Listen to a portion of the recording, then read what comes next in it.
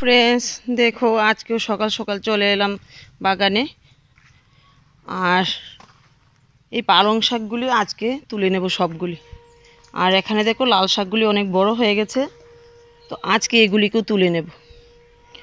আর কিছুদিন আগে তো পালং শাকগুলি তুলেছিলাম আর তোলা হয়নি, তো ভাবলাম আজকে সবগুলি পালং শাকও তুলে নেব আর লাল শাকগুলি তুলে তারপর গাছের গুঁড়াগুলি একটু উঁচু করে দেব।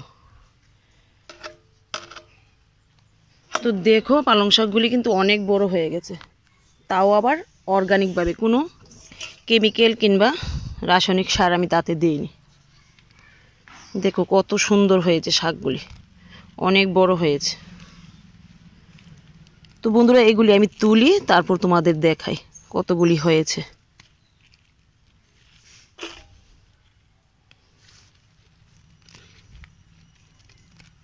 তো দেখো কত সুন্দর হয়েছে শাকগুলি। দেখো বন্ধুরা কতগুলি শাক হয়ে গেল, এই যে কতগুলি পালং শাক তুললাম।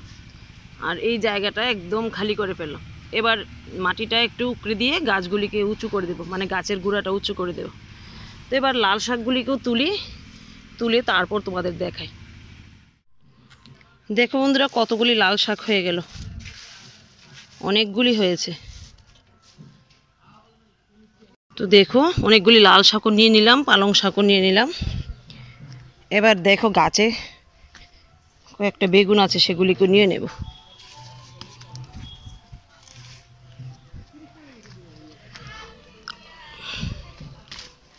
আর যে বেগুন চারাগুলি লাগিয়েছিলাম প্রথম তো ভেবেছিলাম গোল বেগুন হবে, দেখো কত সুন্দর বেগুন হলো।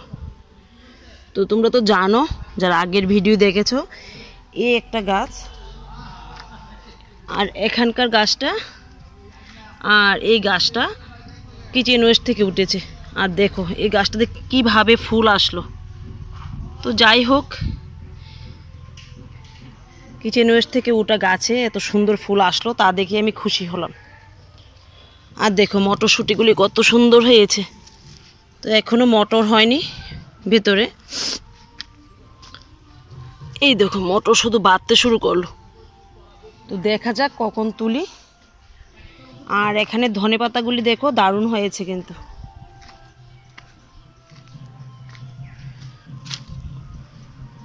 তো আজকে এখান থেকে কিছু মূলা নিয়ে নেব।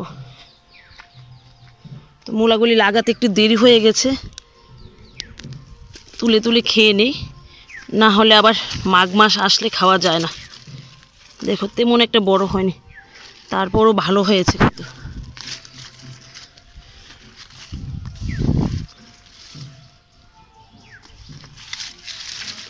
দেখো মূলাগুলি কিন্তু সুন্দর হয়েছে, যদি আর একটু বড় হবে।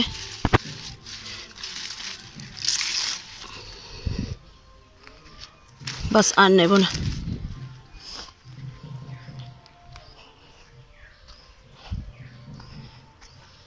আর চলো বাড়ির ওই সাইড থেকে একটু ধনেপাতা নিয়ে নেব।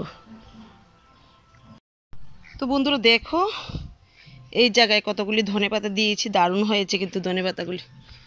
দেখো কত সুন্দর হয়েছে। থেকে কিছু ধনেপাতা নিয়ে নেব। আর এই ধনেপাতাগুলি দারুণ হয়েছে কিন্তু, তো আমার অনেক দিন চলে যাবে। দেখো অনেকগুলি ধনেপাতা হয়েছে, আর ওই সাইডেও অনেকগুলি আছে। তো ভাবলাম আবার কিছু ধনেপাতা দিয়ে দেব, মানে ধনে দিয়ে দেব, যাতে পুরো শীতটা আমার চলে যায়।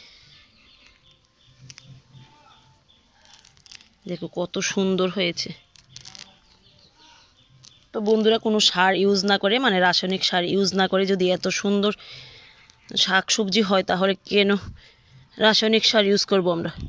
দেখো কত সুন্দর হয়েছে, বাজার থেকে কি কোনো অংশে কম। দেখো তো জানি না কেন মানুষ রাসায়নিক সার ব্যবহার করে, আমার তো এমনিতে হয়ে যাচ্ছে শুধু ভাতের ফেন দিয়ে, আর মাঝে মধ্যে একটু খোল পচা জল দিয়ে দিই,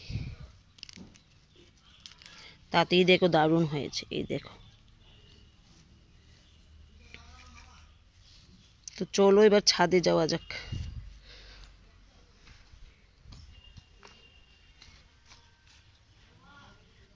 তো বন্ধুরা দেখো আমার ছাদটা একদম এলোমেলো হয়ে রয়েছে, আর এই যে এখানে রাবারের একটা ঘর তুললো, তার জন্য ছাদটা এরকম হয়ে গেছে। তো এখন কীভাবে ভিডিও বানাবো বুঝতে পারছি না। আর দেখো বিনস গাছে বিনসগুলি অনেক বড় হয়ে গেছে।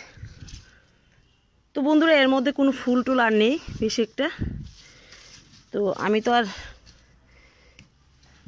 গত বছর লাগিয়েছিলাম, তো হয়নি বেশি একটা বীজ। যাই হয়েছে ভালোই হয়েছে। তো তোমরা বলবে এই গাছটা কি রেখে দেব নাকি তুলে ফেলে দেব, এরপর কি আর বিনস হবে? তো গত বছর তো লাগিয়েছিলাম, তুলে ফেলে দিয়েছিলাম বিনসগুলি হওয়ার পর। তো তোমরা প্লিজ বলবে গাছগুলিকে আর রাখা যাবে নাকি। দেখো অনেকগুলি বিনস পেলাম 2টা গাছ থেকে, আগেও একবার তুললাম আর আজকেও দেখো কতগুলি বিনস হয়েছে। তো বিনস গাছ সম্বন্ধে আমার তেমন একটা ধারণা নেই।